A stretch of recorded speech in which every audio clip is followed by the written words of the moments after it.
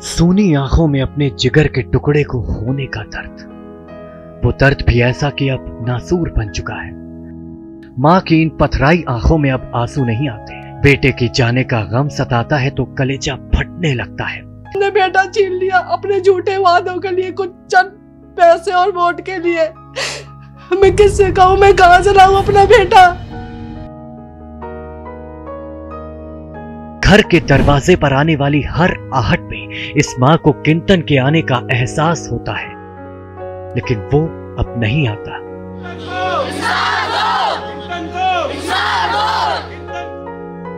आए भी तो कैसे आए, वो तो हमेशा हमेशा के लिए चला गया, और वो भी वहां पर जहां से कोई लौट कर नहीं आता।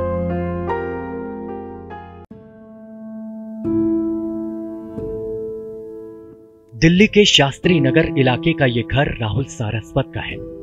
वो बदनसीब पिता जिसके 12 साल के बेटे किंतन की दर्दनाक मौत हुई। मौत भी ऐसी जिसे अंजाम देने का आरोप उसी स्कूल के छात्रों पर जिसमें किंतन पढ़ता था।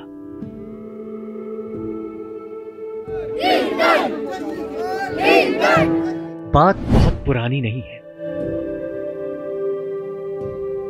इसी साल जनवरी की है। वो मनहूस तारीख थी 11 जनवरी। रोज की तरह किंतन मम्मी को बाय कहकर स्कूल गया था। जाते जाते दादाजी से भी मिलता गया, लेकिन बदकिस्मती देखिए कि उसी दिन उसके साथ बर्बरता की नई इबारत लिख दी गई। यही वो वजह थी जिसके चलते उसकी जिंदगी इन तस्वीरों में आकर सिमट गई। दिल्ली के सरकारी सर्वोदय बाल विद्यालय में एक घटना होती है जनवरी में, और उस घटना में एक बच्चे को, क्लास 6 में पढ़ने वाले बच्चे को लगभग 3 सीनियर स्टूडेंट्स द्वारा, जो कि उससे तो बड़े ही थे, कक्षा 9-10 के कहे जा रहे हैं, उनके द्वारा उसकी पिटाई की जाती है वॉशरूम में। और उस इंजरी से वो कुछ दिन तक सफ़र करता है, हॉस्पिटल में एडमिट रहता है, और फिर उसकी मृत्यु हो जाती है। हम उसके पेरेंट्स से बात करेंगे बच्चे के कि उनका क्या कहना है, इसमें उनको क्या इंसाफ मिल पाया, बच्चों को क्या सज़ा हो पाई, क्या FIR है, क्या स्कूल का पक्ष है, सब कुछ हम उनसे खुद बात करेंगे, क्या स्टोरी है वो बताएंगे।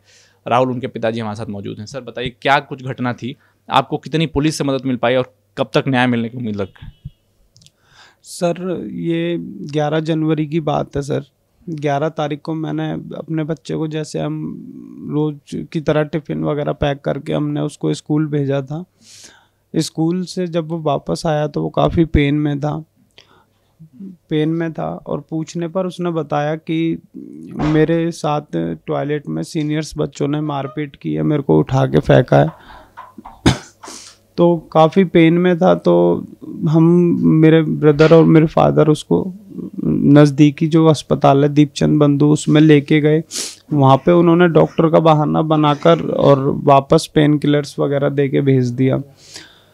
2 दिन बाद फिर हम दोबारा जाते हैं, तो फिर उसके बाद भी उन्होंने पेन किलर्स वगैरह दे के वापस भेज दिया। बच्चा काफ़ी पेन में था, तो हम उसको यहाँ से प्राइवेट लेके गए।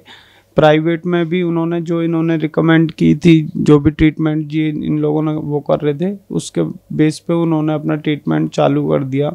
इससे बच्चे की काफ़ी वीकनेस आ गई शरीर में। वीकनेस आने के बाद कमज़ोरी ज़्यादा थी, तो मैं इसको दोबारा वहाँ लेके गया और मैंने डॉक्टर से बोला कि मेरे बच्चे के साथ ऐसे ऐसे वीकनेस आ रही है और मतलब काफ़ी पेन हो रहा है। तो इन्होंने फिर अपना ट्रीटमेंट चालू कर दिया। पहली ड्रिप जब इन्होंने लगाई तो फिर बच्चे ने कुछ खाने के लिए मांगा।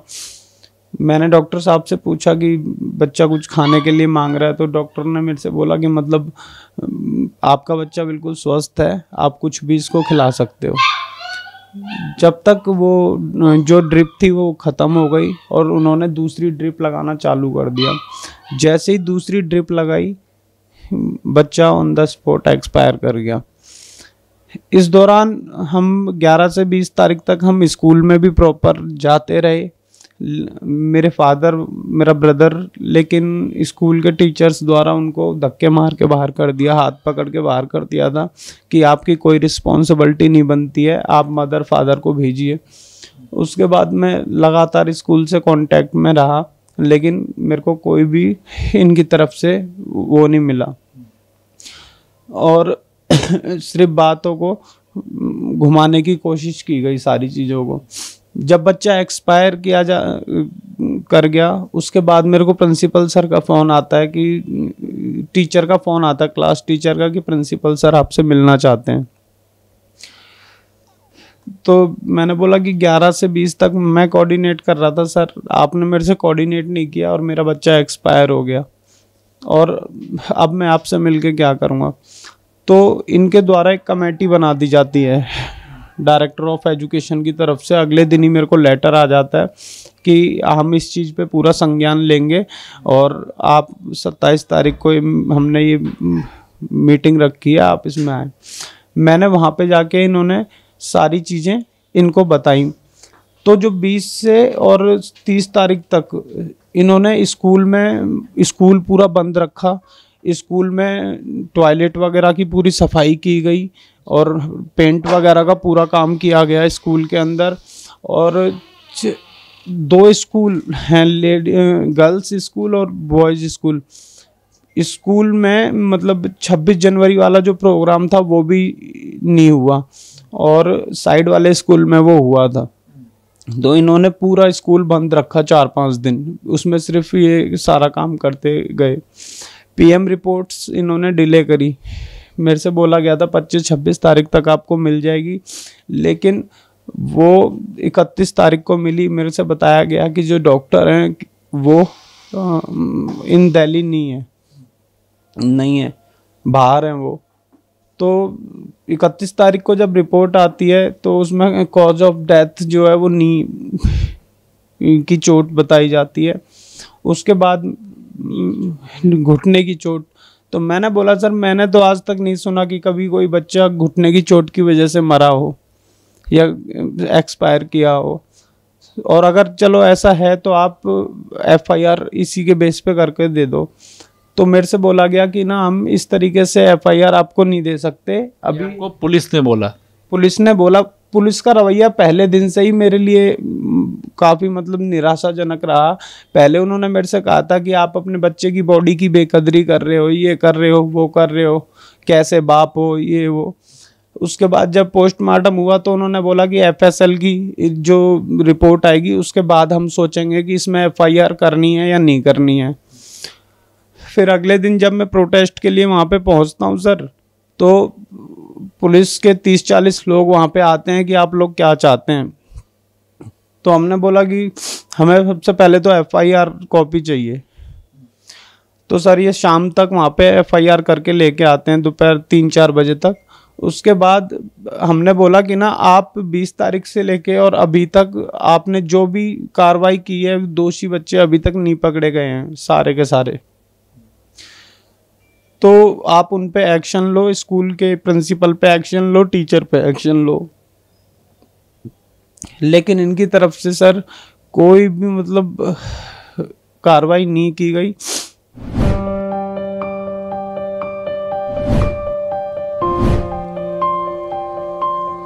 अस्पताल में किंतन की मौत के बाद इस परिवार पर तो जैसे गमों का पहाड़ ही टूट पड़ा। इंसाफ की उम्मीद पुलिस से थी, लेकिन आरोप है कि पुलिस ने मामला लिखने में ही काफी देर कर दी। इधर राहुल के पास बेटे किंतन को इंसाफ दिलाने के लिए कोई रास्ता ही नहीं दिख रहा था, लिहाजा इंसाफ के लिए सड़क पर उतरना पड़ा। इस मुहिम में राहुल को काफी अभिभावकों का साथ मिला। इस भीड़ में वो लोग भी थे जिनके बच्चों के साथ भी स्कूल में ऐसी ही बर्बरता हुई थी, लेकिन बाद में वो अपनी आवाज बुलंद करने के बजाय पीछे हट गए। इधर पुलिस को खबर लगी तो प्रदर्शन कर रहे लोगों को हिरासत में लिया और आनन फानन में मामला दर्ज किया।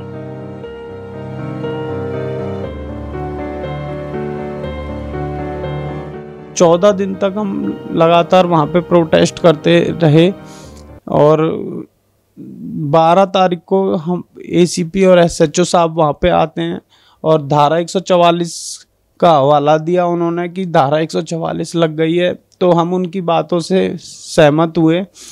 जब तक यहाँ पे एक जो लोकल पत्रकार जो हैं उन्होंने विधायक जो प्रतिनिधि का जो यहाँ का लोकल जो ग्रुप है उसमें एक मैसेज फ्लैश होता है कि बच्चे के बाप को 50 लाख रुपए, सरकारी नौकरी, बाइक, ये वो इस तरीके से। तो उससे हमारी जो भावनाएं फैमिली की थी मतलब ये फेक था, ऐसा कुछ मुआवजा आपको नहीं मिला था? नहीं, वो फेक था और सिर्फ हमारी इमेज को खराब करने के लिए बच्चे की मौत का फायदा उठा रहे हैं ताकि केस दब जाए। इन्होंने सर उस दौरान जो ये एक न्यूज़ नहीं है, हम लोगों को असामाजिक तत्व वगैरह ये वो इस तरीके से इन्होंने न्यूज़ फ्लैश करना शुरू कर दी थी फर्स्ट डे से, 1 तारीख से ही, जब से धरना। कि क्या जो इस तरीके की प्रक्रिया हो रही है आप लोगों के साथ, क्या इसके पीछे आप ये देखते हैं कि बच्चों का कुछ हाई प्रोफाइल बैकग्राउंड है, कुछ इस वजह से केस दबाया जा रहा है? सर जिस तरीके से सारी की सारी चीज़ें हो रही हैं, तो मेरे को तो सर कहीं ना कहीं लगता है कि शायद कुछ ऐसे लोगों के बच्चे इसमें इन्वॉल्व हैं कि इस चीज़ को फर्स्ट डे से अभी तक दबाया गया है। शुरू से ही सर मेरे को यही चीज़ें लगती हैं। और अभी तक जिस तरीके से अगर प्रशासन अगर साथ देता, पुलिस अगर अभी तक हमारा साथ देती, तो शायद मेरे बच्चे को अभी तक इंसाफ मिल गया होता।